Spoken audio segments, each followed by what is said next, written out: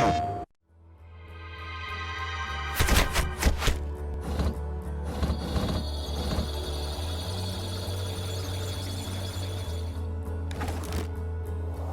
wanted to have a big world for Watch Dogs, and it is. I mean, you can drive a very fast vehicle and cross the city, and we wanted to keep all the details and all the density of the city as you crossed it, and at 200 miles an hour. But more importantly, we wanted to have a deep city. We wanted depth. We wanted a lot of density.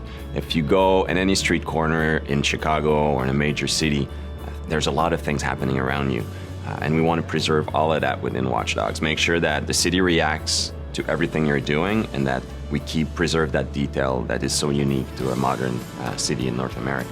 So at the heart, it's the same game's vision, right? We're starting from a vision, and then Disrupt is a very scalable technology, very scalable game engine.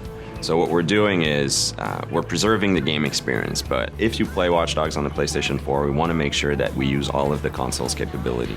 So all the game spiller we're able to make longer and stronger. All of the details in the game we're able to push forward. We have more details, more immersion. We're able to increase connectivity, increase the density of things. So it's the same game experience, but basically magnified on the PlayStation 4. It's not just the capacity of new machinery, it's also the capacity of players to create, to interact, to socialize. So when we started to talk about Watch Dogs to Sony, they got it immediately. It is the players and their behavior that will actually bring what next gen actually means. We're starting to make a machine that has to acknowledge how our society work, how our people interact with each other, how they play with each other. One of the things that we realized when we look at the PlayStation 4 is I think a lot of the things driving decisions for Sony were in line with some of the decisions that we were taking on Watch Dogs. I mean, Watch Dogs, one of our core pillars is connectivity. The first layer of it is the main character can connect to his whole environment. He can control the city, hack into any computer. But the game itself, we're applying it to the game. So the game is connected in many ways. So we want the player to be able to connect to Watch Dogs even through his mobile, be able to play directly with people who are on their console, who are on their PlayStation 4, even if he's on the bus.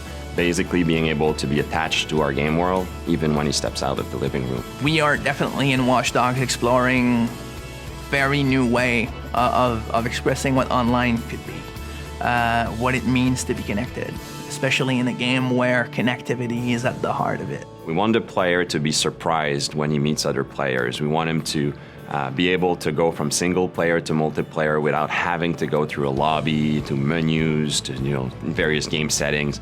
We want things to be natural. We want him to go to breach the wall between single player and multiplayer, if you want. I like to say that the best moments in Watch Dogs, the player is going to create them, and those are the moments we want him to go. When he goes to the office or at school the day afterwards, we want him to talk about it with his friends, right? Well, now if we're able to share a clip of that, it's even more concrete. It's your clip. You created that wow moment, and you can share a video of it. I feel like games are there to enable people to create, to think, to wonder.